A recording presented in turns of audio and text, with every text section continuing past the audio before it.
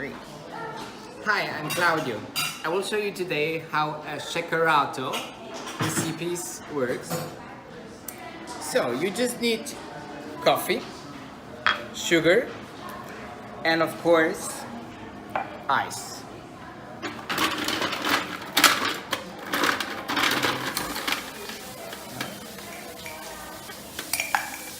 So you put 2 big cubes of ice in the glass, and you put the coffee, sugar, and then we have to shake it. Ooh.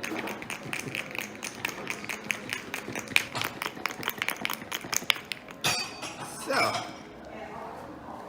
after that, you put it in the glass and you have a Shakerato.